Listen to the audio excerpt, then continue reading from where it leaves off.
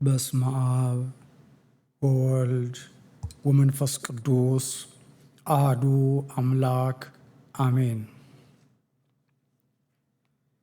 በእግዚአብሔር ለተወደዳችሁና ቅዱሳን ልትሆኑ ለተጠራችሁ በቅድስት ኦርቶዶክስ ተዋሕዶ ቤተ ክርስቲያን ጥላ ስር ላላችሁት ሁሉ ከእግዚአብሔር ከአባታችን ከጌታችንና ከመድኃኒታችን ከኢየሱስ ክርስቶስ ጸጋና ሰላም ለእናንተ ይሁን። ዛሬ የምንማረው የትምህርታችን ርዕስ አማላጃችን ማን ነው በሚል ርዕስ ይሆናል። ይህ ርዕስ ለማስተማር የተነሳንበት ዋናው ምክንያት የኦርቶዶክስ ተዋሕዶ ቤተ ክርስቲያን የምታስተምረውን ቅዱስ ወንጌል ትምህርት በመቃወም አማላጃችን ማን ነው በሚል ርዕስ የተሰራጨ የኑፋቄ ትምህርት መልስ ለመስጠትና ምዕመናን በእምነታቸው እንዲጸኑ ለማድረግ ነው። እንደዚሁም ባለማወቅ ለተሳሳቱት ደግሞ ግንዛቤ አግኝተው ወደ እናት ተዋሕዶ ቤተ ክርስቲያናቸው በንስሐ እንዲመለሱም ጭምር ነው። አድማጮቻችን፣ ለግንዛቤ ያህል መናፍቃን ስንል ምን ማለት እንደሆነ እንድትገነዘቡልን እንፈልጋለን። መናፍቅ ማለት ስድብ አይደለም። መጽሐፍ ቅዱስ የተሳሳተ ትምህርት የሚያስተምሩትን መጽሐፍ ቅዱስ ላይ መናፍቅ እያለ ስለሚጠራ ቃሉን የተጠቀምነው ከመጽሐፍ ቅዱስ ውስጥ ነው። ሐዋርያው ቅዱስ ጴጥሮስ በመልእክቱ ምዕራፍ 2 ቁጥር ሁለተኛ ጴጥሮስ ምዕራፍ 2 ቁጥር 1 ላይ ነገር ግን ሐሰተኞች ነቢያት ደግሞ በሕዝብ መካከል ነበሩ፣ እንዲሁም ደግሞ ጥፋትን የሚያመጣ ኑፋቄን አሹልከው የሚያስገቡ ሐሰተኞች መምህራን በመካከላችሁ ይሆናሉ፣ የዋጃቸውን ጌታ እንኳን ክደው ፈጣን ጥፋትን በራሳቸው ላይ ያመጣሉ ይላል። እዚህ ላይ ሐዋርያው ቅዱስ ጴጥሮስ የኑፋቄን ትምህርት አሹልከው በቤተ ክርስቲያን ውስጥ ምዕመናንን የሚከፋፍሉ የቤተ ክርስቲያንን አንድነት የሚያበላሹ ሐሰተኞች መምህራን በሐዋርያት ዘመን ተነስተው እንደነበረ መጽሐፍ ቅዱስ ያስረዳናል። በዚህ ቃል መነሻ መሠረት ቤተ ክርስቲያን ውስጥ የገቡ የሐሰት መምህራን የሚያሰራጩት የኑፋቄ ትምህርት ስለሆነ በዚህ መረዳት ውስጥ ሆነን ትምህርቱን እንድንከታተል አደራ እላለሁኝ።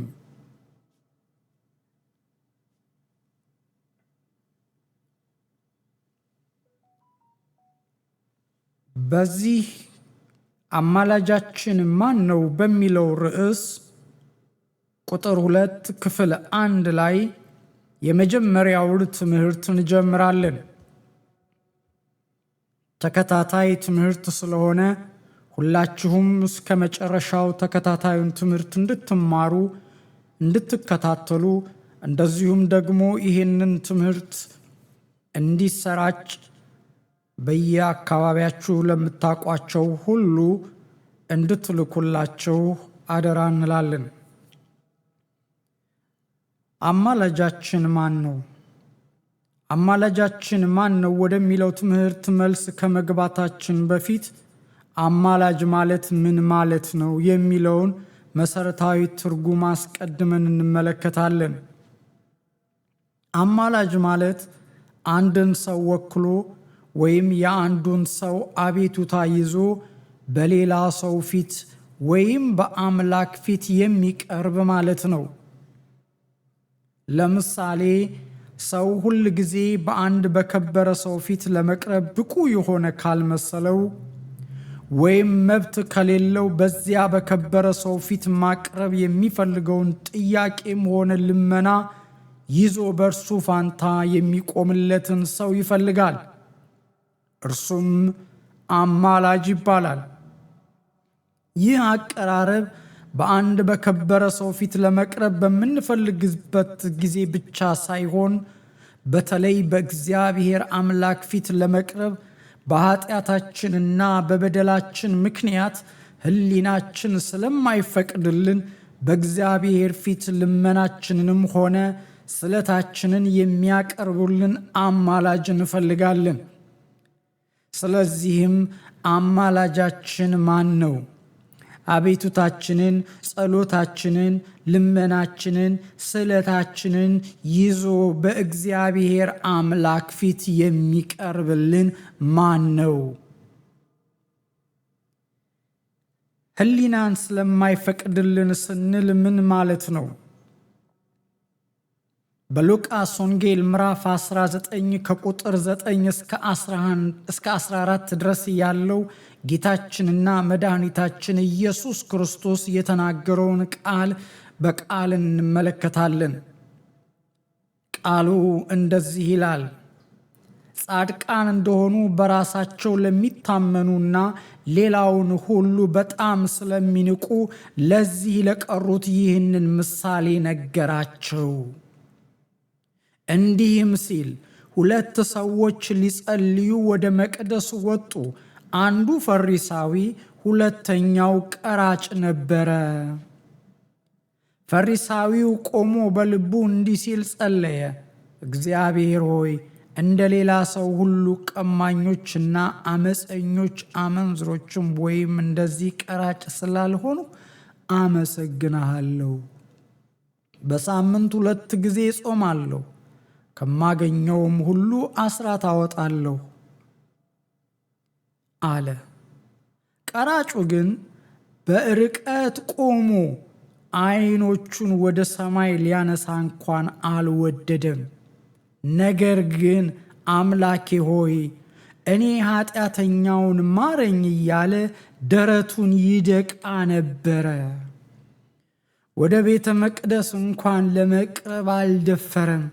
በርቀት ሆኖ በትህትና ራሱን ዝቅ አድርጎ እንደ ቀራጩ በድፍረት ሳይሆን በትህትና በእግዚአብሔር ፊት ዓይኖቹን ወደ ሰማይ ሊያነሳ እንኳን አልወደደም።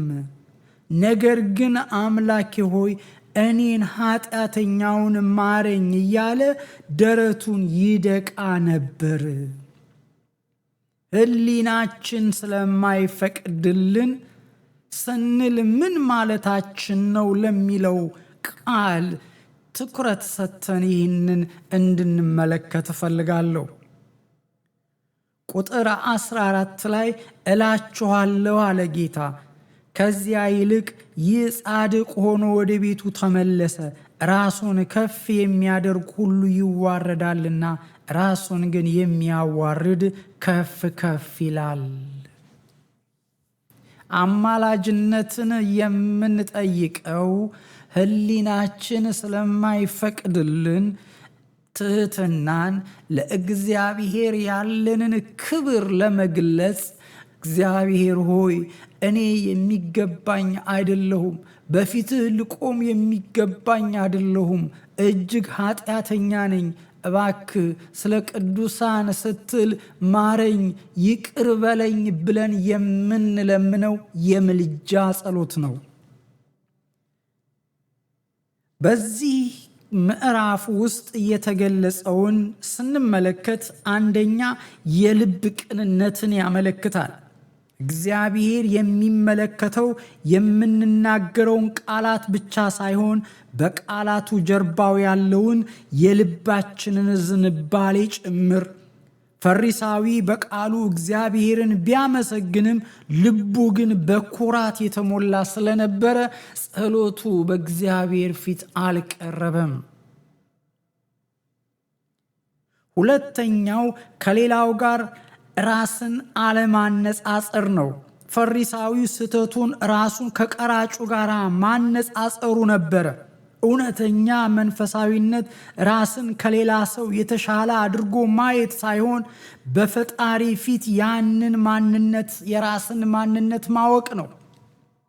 ወንድሜ ከኔ ይሻላል፣ ከኔ ይልቅ አንተ በእምነት አንተ በቅድስና ከኔ ትሻላለህ፣ እኔ ኃጢአተኛ ነኝ ብሎ መቅረብ ይህ ትህትና ነው እንጂ ትዕቢት አይደለም፣ ስህተትም አይደለም።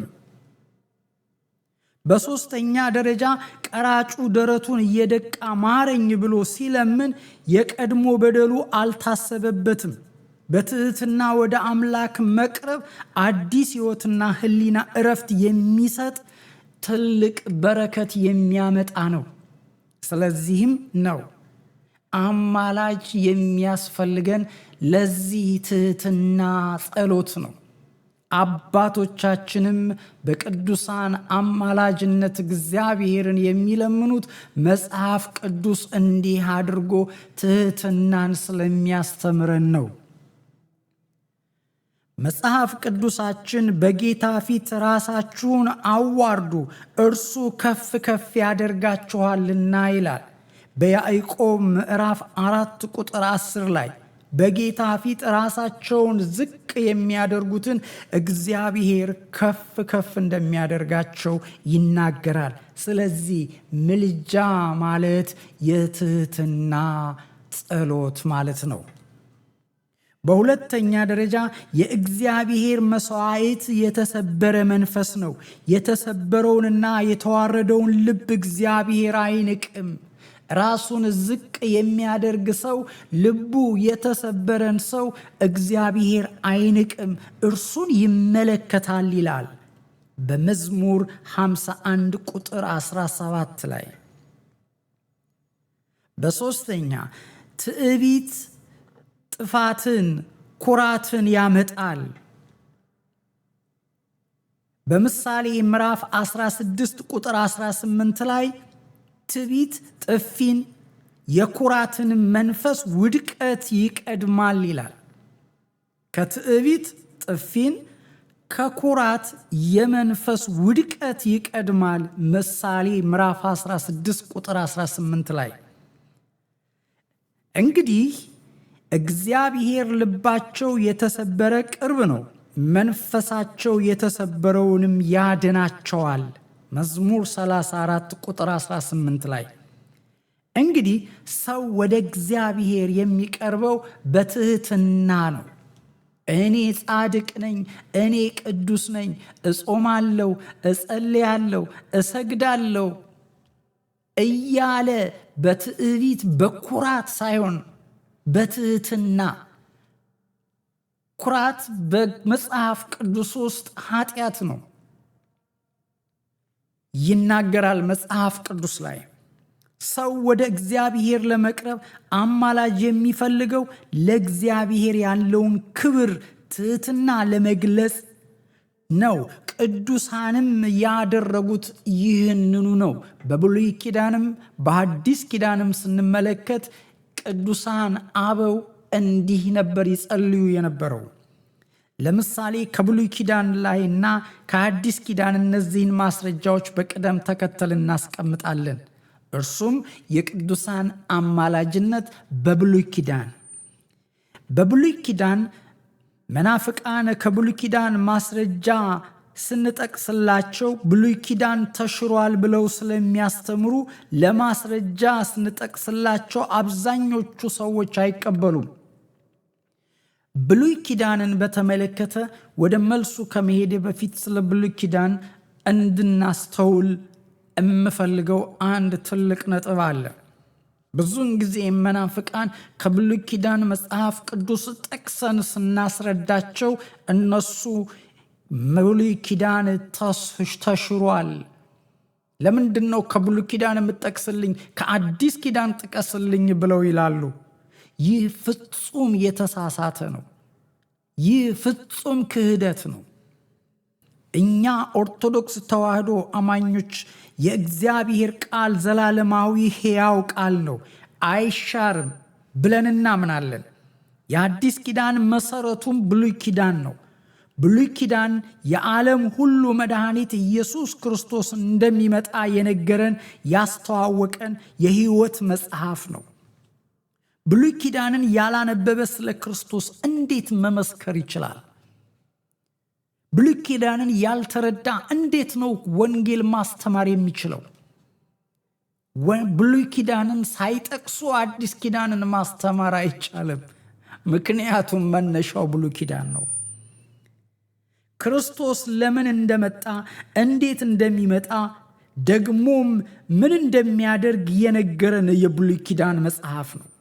ጌታችን ኢየሱስ ክርስቶስ እንኳን ራሱን ሲያስተዋውቅ በቤተ መቅደስ ተገኝቶ የብሉይ ኪዳን መጽሐፍትን አነበበላቸው ነው የሚለው። በማቴዎስ ወንጌል ምዕራፍ 4 ቁጥር 19 ላይ ከ14 ጀምራችሁ ተመልከቱት። እንደዚህ ይላል፣ ኢየሱስም በመንፈስ ኃይል ወደ ገሊላ ተመለሰ። ስለ እርሱም በዙሪያው ባለች አገር ሁሉ ዝና ወጣ። እርሱም በምኩራባቸው ያስተምር፣ ሁሉንም ያመሰግኑት ነበር። ወደ ገባበትም ወደ ናዝሬት መጣ። ወደ አደገበትም ወደ ናዝሬት መጣ። እንደ ልማዱም በሰንበት ቀን ወደ ምኩራብ ገባ። ሊያነብም ተነሳ። የነቢዩንም የኢሳይያስ መጽሐፍ ሰጡት።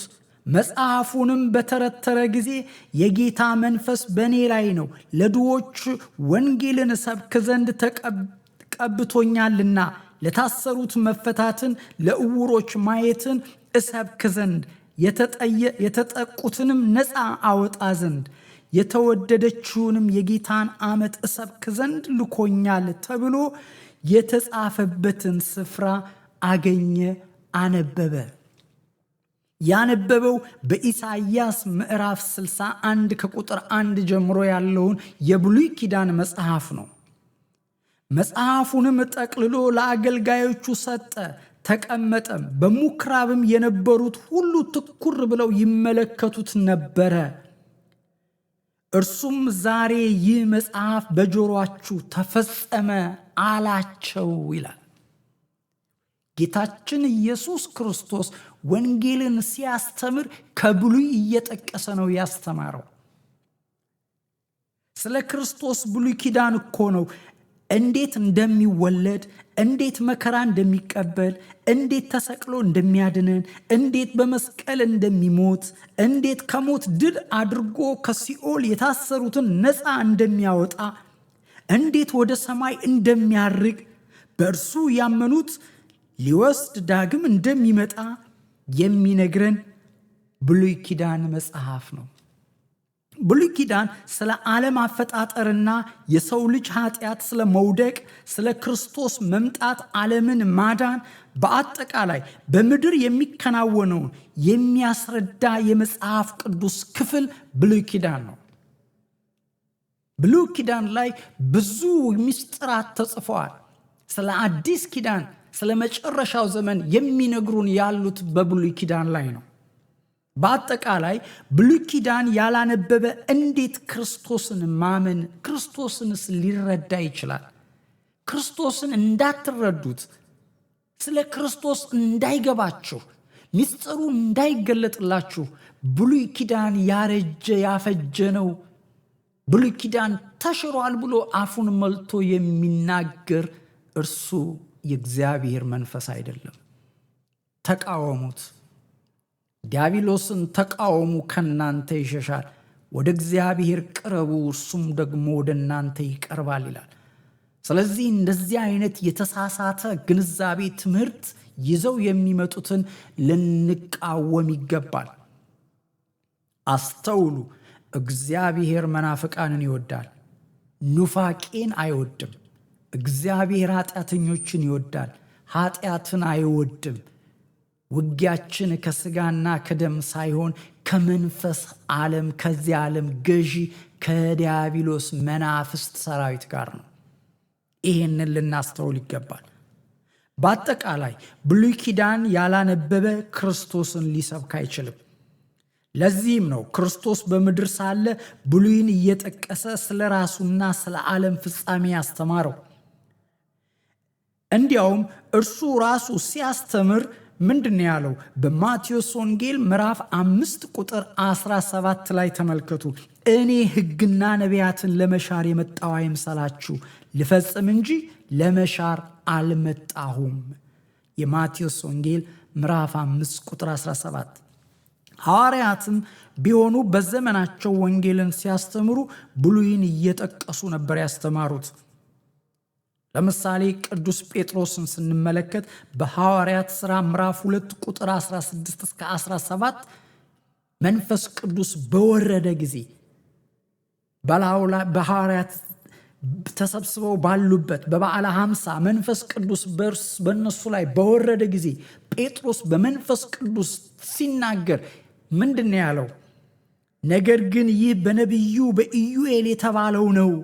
እግዚአብሔር ይላል፣ በመጨረሻው ቀን እንዲህ ይሆናል፣ ሥጋ በለበሰ ሁሉ ላይ ከመንፈሴ አፈሳለሁ። ከኢዩኤል መጽሐፍ ጠቅሶ ወንጌልን ለተሰበሰቡት ሰበከ። ሐዋርያት ወንጌልን እየሰበኩት ብሉይን እየጠቀሱ ነው።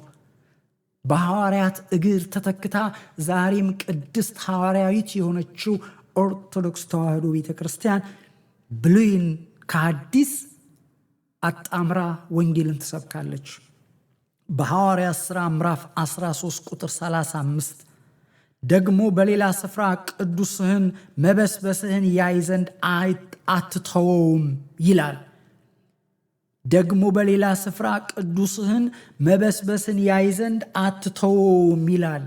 ሐዋርያት ሥራ ምዕራፍ 13 ቁጥር 35 ላይ ሐዋርያው ቅዱስ ጳውሎስ ሲሰብክ ስለ ጌታችን ስለ ኢየሱስ ክርስቶስ ትንሣኤ በሚያስተምርበት ጊዜ በመዝሙር ምዕራፍ 16 ቁጥር 10 ላይ ስለ ክርስቶስ የተነገረውን ትንሣኤ ጠቅሶ ነው ወንጌልን ያስተማረው። ስለዚህ ብሉይ ኪዳን ሕያው የእግዚአብሔር ቃል ነው። አይሻርም፣ አይሻሻልም፣ ለዘላለም ጸንቶ ይኖራል። ከአዳም ጀምሮ እስከ ክርስቶስ ማንነት እና አመጣጥ የሚያስረዳ መጽሐፍ ቅዱስ ብሉይ ኪዳን ነው። በአጠቃላይ ብሉይ ኪዳንን ያላነበበ ስለ ክርስቶስ መመስከር አይችልም ብለናል። ስለዚህ እኛም የተዋሕዶ ልጆች ወንጌልን የምንሰብከው ብሉይ ከአዲስ አጣቅሰን አዛምደን በሁለቱም አምነን ነው የምናስተምረው። ሰው ወደ እግዚአብሔር ለመቅረብ አማላጅ የሚፈልገው ለእግዚአብሔር ያለውን ክብር ለመግለጽ ነው የምንለው በብሉይና በአዲስ ኪዳን ላይ የተጻፉትን ማስረጃ የእግዚአብሔርን ቃል አስቀምጠን ነው።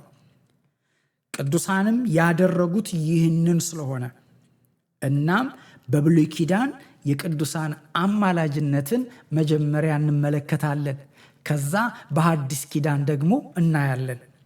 የመጀመሪያው የብሉይ ኪዳን የቅዱሳን አማላጅነት ትንቢተ ኤርምያስ ምዕራፍ 42 ከቁጥር 1 እስከ ፍጻሜው አንብቡት። እንደዚህ ይላል። የጭፍራ አለቆች ሁሉ የቃሬንያም ልጅ የዮሐናን የሆሻያም ልጅ የአዛያን ሕዝብ ሁሉ ከታናሹ ጀምሮ እስከ ታላቁ ድረስ ቀረቡ።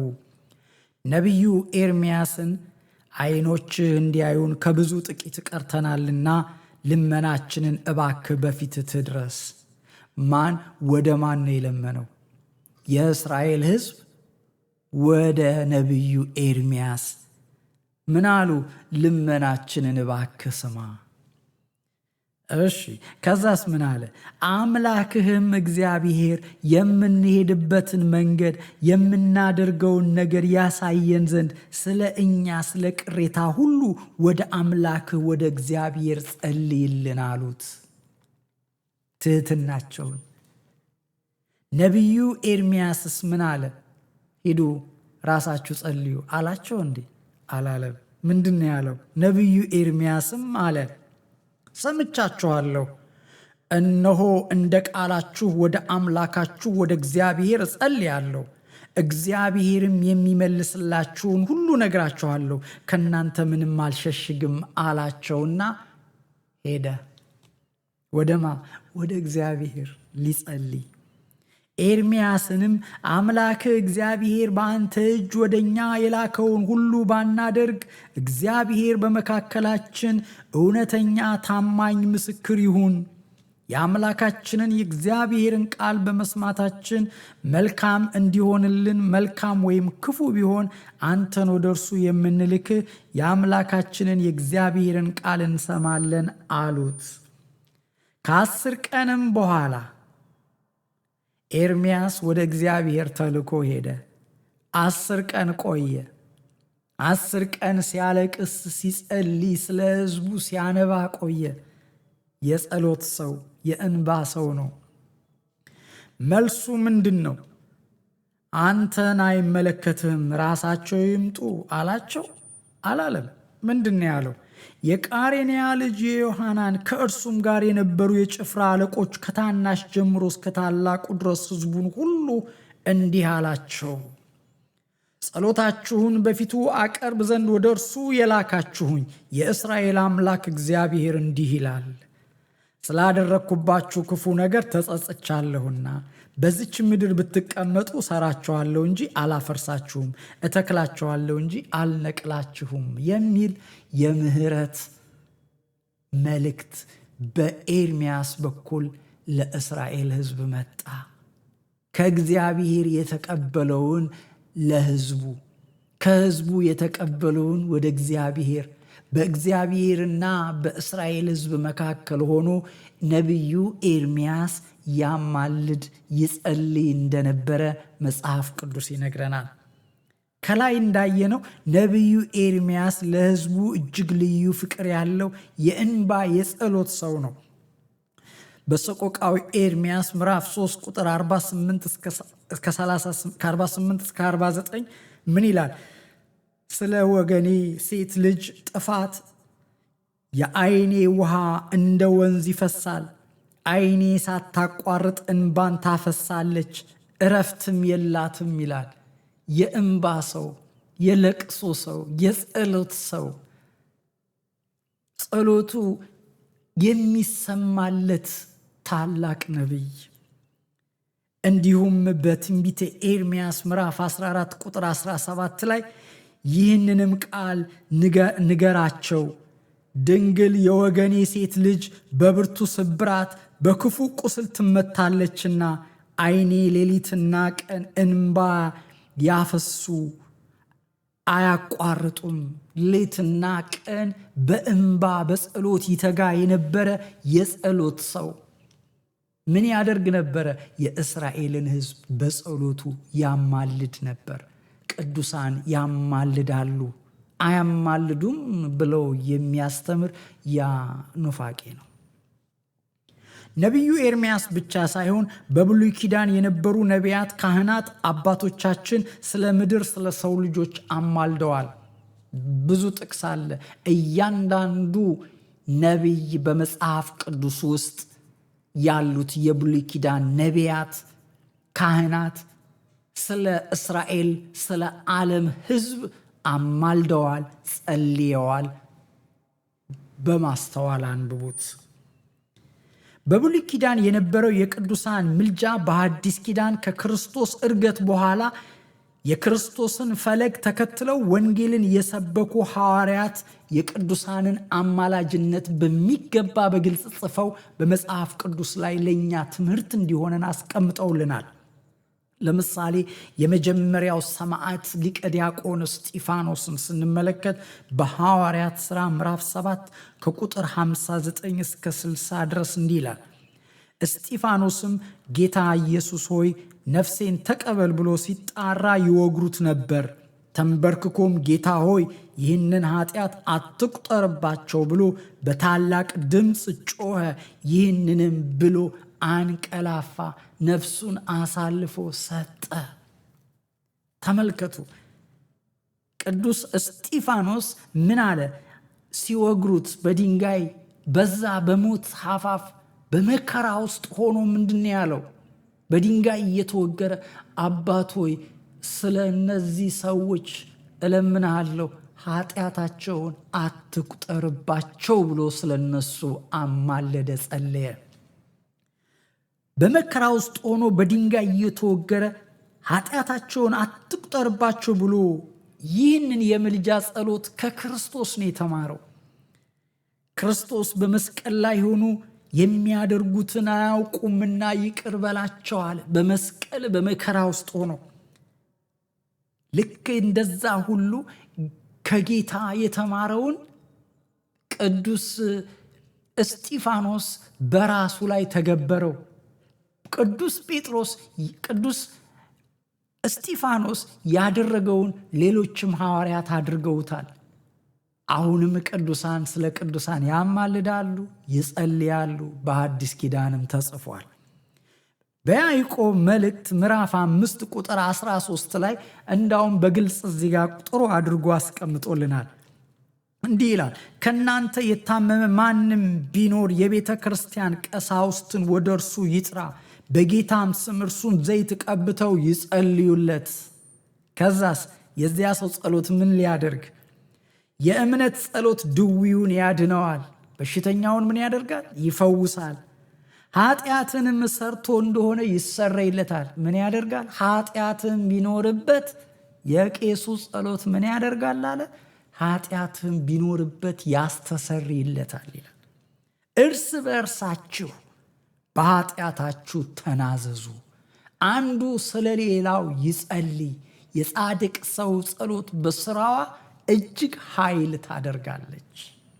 ስለዚህ እርስ በእርሳችሁ ተናዘዙ፣ አንዱ ስለ ሌላው ይጸልይ። ልክ ነቢዩ ኤርምያስ እንደጸለየው ይህንን የሚነግረን በአዲስ ኪዳን ሐዋርያው ቅዱስ ያዕቆብ ያስተማረው የወንጌል ቃል ነው። የካህናት ጸሎት በሽተኛ ይፈውሳል፣ ኃጢአት ያስተሰርያል። ይህም በመጽሐፍ ተጽፏል። በሌላ ስፍራ ቅዱስ ጳውሎስ ለፊልጵስዩስ ክርስቲያኖች በላከላቸው መልእክት ፊልጵስዩስ ምዕራፍ 4 ቁጥር 6 ላይ ሁል ጊዜ በጌታ ደስ ይበላችሁ፣ ደግሜ እላለሁ ደስ ይበላችሁ ይልና ገርነታችሁ ለሰው ሁሉ ይታወቅ፣ ጌታ ቅርብ ነው፣ በነገሩ ሁሉ በጸሎትና በምልጃ በምንና በምን? በጸሎትና በምልጃ ከምስጋና ጋር በእግዚአብሔር ዘንድ ልመናችሁን አስታውቁ እንጂ በአንዳች ነገር አትጨነቁ። በጸሎትና በምልጃ በእግዚአብሔር ፊት ልመናችንን እንድናቀርብ መጽሐፍ ቅዱስ ይፈቅዳል፣ ያዛል፣ ያስተምራል፣ ይመክራል። ስለዚህም አእምሮንም ሁሉ የሚያልፍ የእግዚአብሔር ሰላም ልባችሁን፣ ሐሳባችሁን በክርስቶስ ኢየሱስ ይጠብቃል። ሰላማችሁ እንዲበዛ፣ ፍቅራችሁ እንዲበዛ አንዱ ስለ አንዱ ይጸልይ፣ አማልዱ፣ ምልጃ ብሎ ቃል በቃል አስቀምጦልናል። ሐዋርያው ቅዱስ ጳውሎስ ለቆሮንቶስ በላከው ሁለተኛው መልእክቱ ላይ ምዕራፍ 5 ከቁጥር 18 እስከ ቁጥር 20 ላይ ያለውን ቃል ደግሞ ላንብብላችሁ። ስለዚህም ማንም በክርስቶስ ቢሆን አዲስ ፍጥረት ነው፣ አሮጌው ነገር አልፏል፣ እነሆ ሁሉም አዲስ ሆኗል። ነገር ግን የሆነው ሁሉ በክርስቶስ ከራሱ ጋር ካስታረቀን። ክርስቶስ ምን አድርጎናል? አስታርቆናል። አስታርቆስ ምን አለ? እዛው ላይ ምንድነው? የማስታረቅንም አገልግሎት ከሰጠን ከእግዚአብሔር ነው። ክርስቶስ ዓለምን ከራሱ ጋር ካስታረቀ በኋላ ያንን ያስታረቀበትን የማስታረቅ አገልግሎት ለቤተ ክርስቲያን ሰጠ። ከዚያስ እግዚአብሔር በክርስቶስ ሆኖ ዓለሙን ከራሱ ጋር ያስታርቅ ነበርና፣ ነበር ነው ፓስቴንስ ያለፈ ነበር። መቼ? በቀራንዮን መስቀል ላይ ምን አደረገ?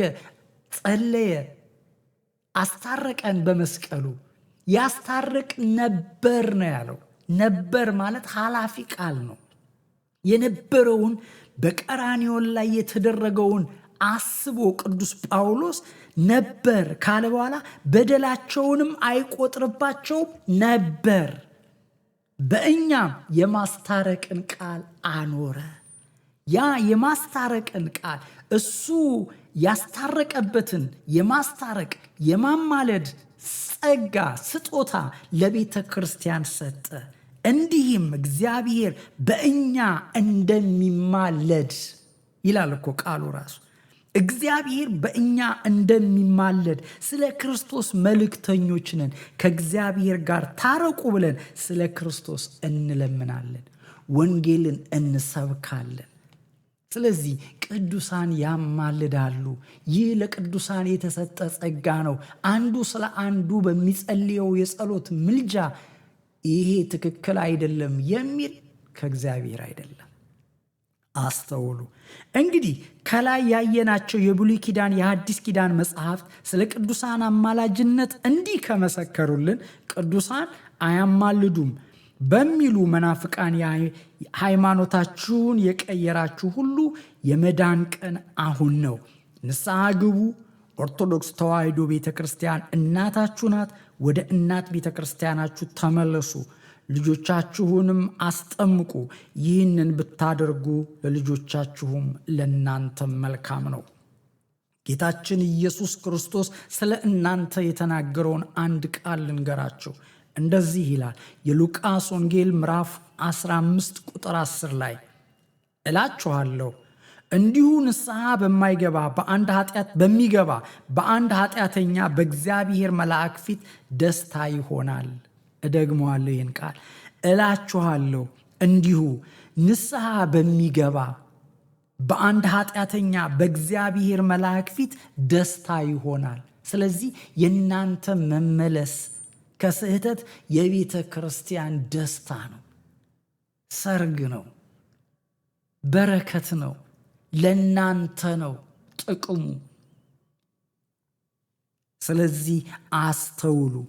እግዚአብሔር መናፍቃንን ይወዳል፣ ኑፋቄን አይወድም። ኃጢአተኞችን ይወዳል፣ ኃጢአትን አይወድም። ማንም ከኑፋቄውና ከኃጢአቱ ንስሐ ገብቶ ቢመለስ እግዚአብሔር ይምረዋል።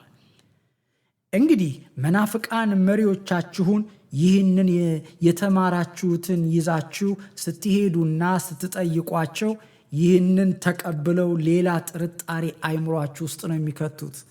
አሁን የሰጠናችሁን የቅዱሳን አማላጅነት ጥቂት ማስረጃዎች ለእናንተ ስንሰጣችሁ ይህንን ወስዳችሁ ስትጠይቋቸው ሌላ ጥያቄ ነው አይምሯችሁ ውስጥ የሚረጩት።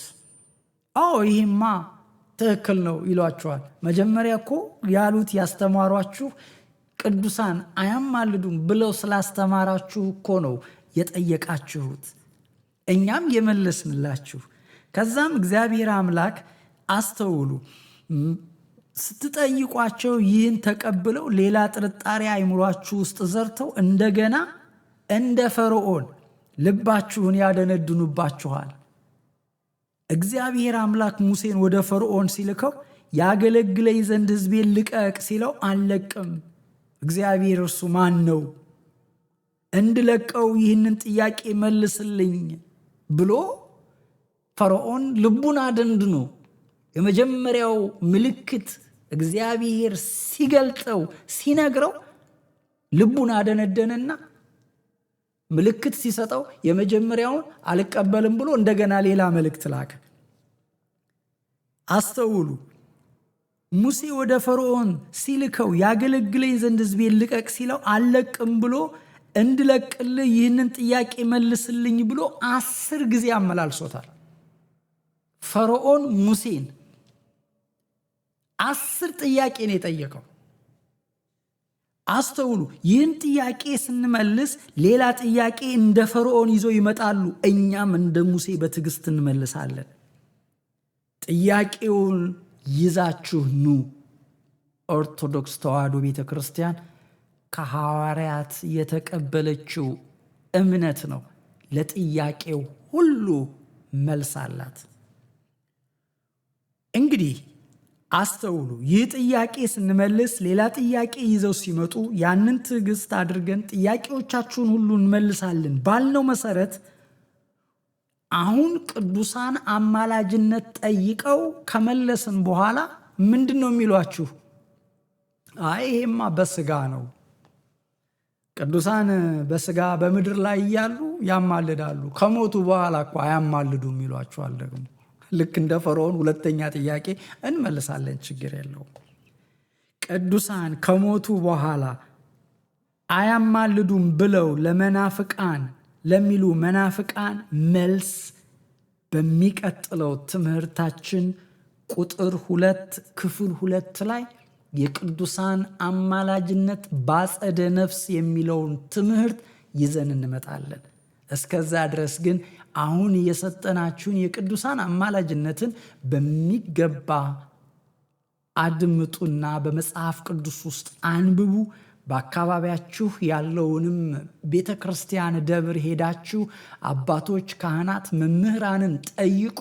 ከዚህ በላይ በጣም ብዙ የመጽሐፍ ቅዱስ ጥቅሶችን ከብሉይ ኪዳንም ከአዲስ ኪዳንም ያነቡላችኋል፣ ያሳያችኋል። ለዛሬው የሰማነውን እግዚአብሔር አምላክ በልቦናችን ያሳድርልን። የቅዱሳን የአባቶቻችን ጸሎትና ምልጃ፣ የሐዋርያት ጸሎትና ምልጃ፣ የእመቤታችን የቅድስት ድንግል ማርያም አማላጅነት፣ የቅዱሳን መላእክት ተራዳይነት፣ እንደዚሁም ደግሞ የእግዚአብሔር ቸርነት ከሁላችን ጋር ይሁን።